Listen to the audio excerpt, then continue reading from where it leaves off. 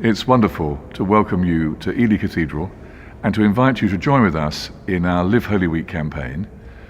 Every day there will be new music being broadcast from the cathedral for you to enjoy, for you to relax into as you follow the steps of Jesus to Good Friday and to Easter with us. Through the week, you won't just have me speaking to you, you will be greeted by colleagues of mine, clergy from around the Diocese of Ely, who will be sharing with you their thoughts and hopes for each day of Holy Week. You are already participating in worship by visiting this site, and we're very pleased you are. You might want to participate more fully by going to this website, where you'll find a church near you where you can join in their worship more actively. As we reflect on Palm Sunday, the beginning of Holy Week, I'm joined by Kat and by Sam to have a conversation together. Kat and Sam are ordinands at Westcott House in Cambridge, training to be ordained. So we're here the first day of Holy Week, Palm Sunday. What does Palm Sunday do to sit and train the whole week? I think throughout the whole of Lent there's a sense of expectancy with the marking of the sign of the cross in ash on our foreheads on Ash Wednesday. There's an expectancy set amongst it. But it's a long, 40 days, as we well know, and so it kicks it up a gear, I suppose. I mean, the procession of the palms is a very deliberate thing. When it was done originally, it was a very deliberate sign that people would have recognised that something was going to happen, that there's an expectancy that something big is coming. And of course, they didn't know then, but we know now what that really means for us.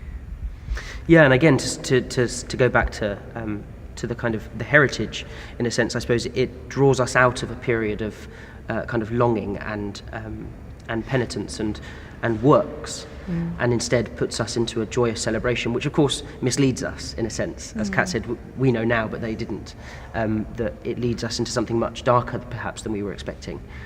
But ultimately, that darkness comes to light with the joyous celebrations on the Easter day. So how are you expecting to engage with Palm Sunday this year? Well, Palm Sunday has always been a time where we celebrate Jesus' entry into Jerusalem before his passion. It's a time when we greet Jesus as King and then turn our minds towards the time when he's greeted as King, but in a different way, when he's mocked before his crucifixion.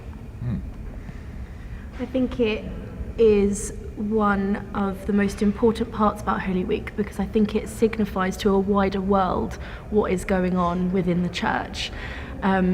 Because more often than not, churches will join in with processions, with real-life donkeys or metaphorical donkeys. It's a sign to the outside world that something is going on within the church, and hopefully would encourage them to join in too. And I think that we're celebrating a king, aren't we, who's not what people are expecting. That the crimson of that robe is not a royal purple. It's the blood that's to flow. So of course we see as well the Jesus coming into Jerusalem on a donkey, which of course we would expect a white horse. And that reflects, I suppose, the narrative of Jesus' birth, the humility of the stable, the humility of the donkey, and then is reflected in the humility of the way he dies on the cross. So, Kat, you already talked about the power of the evangelistic power of processions. What's the particular power of the liturgy for Palm Sunday as we enjoy it in church itself? There is something about a continual reincarnation of our faith that I think is very apparent in Palm Sunday. We're given these symbols to take with us. Often we find that we've got 5 palm crosses stuffed behind a bookshelf somewhere as a reminder of those years of faithfulness that we've had to God. And Palm Sunday is somewhat of yet another chance that we're invited into faith, that we're asked to engage with our faith in a very practical and a very outwardly facing manner.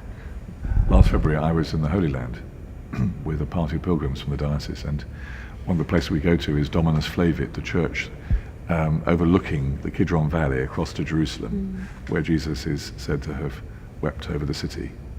And what do you think the significance of Jesus weeping over Jerusalem and yet not giving up on it?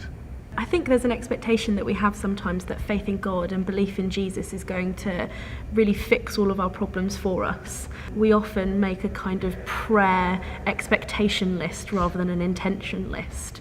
And Jesus weeping over Jerusalem is first and foremost a sign of his dual natures of being both fully human and fully divine, but also an encouragement for us that in as much as Jesus is with us, he is there weeping with us, and that he is there with us in our sorrows and in our joyous times. And it's not just that belief in God will make everything better, it's that belief in God will strengthen us and enable us to see Jesus weeping with us and hopefully find some encouragement and some strength in that. Yeah, and I think the story of Jesus weeping over the city before he enters it has no impact unless he enters it. And I think that's it's really powerful to speak of that Jesus wept over the city. But I would imagine he was weeping over his fate because he knew what was awaiting him. But it speaks of God's power and love for the whole of creation, that Jesus, whilst being scared, I should imagine, about what was awaiting him in Jerusalem, knew that was what needed to happen. It's the sacrifice that he makes on the cross that gives power to everything that we've seen before and everything we see after. So what would you say then, Sam, about inviting people to join our campaign, Live Holy Week? What might people get out of that?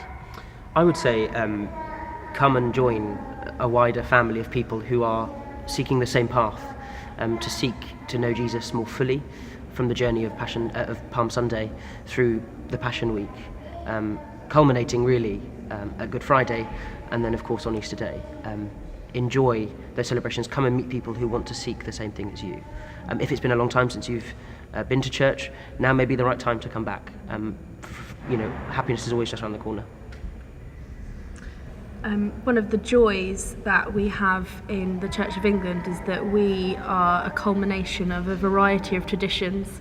So there truly is something out there for everyone, that there is a local community full of God's people that would welcome anyone in, and hopefully to truly live Holy Week is to be present at as much as is possible, and if not, to find ways to still engage in your everyday routine, whether that be at work or whatever else people are doing, to try and really plug yourself in to what's going on in Holy Week, either by reading the gospel narratives or hopefully finding some church service that you're able to go to, but to really get plugged in and stuck into what Holy Week really means for everyone. Thank you for being part of our conversation here on Palm Sunday. I really do hope that you're going to join us in our campaign to live Holy Week, wherever you happen to be. Remember, there's that website that you can go to find a church near you that you'd like to attend. Maybe you'll come and join us here at the cathedral.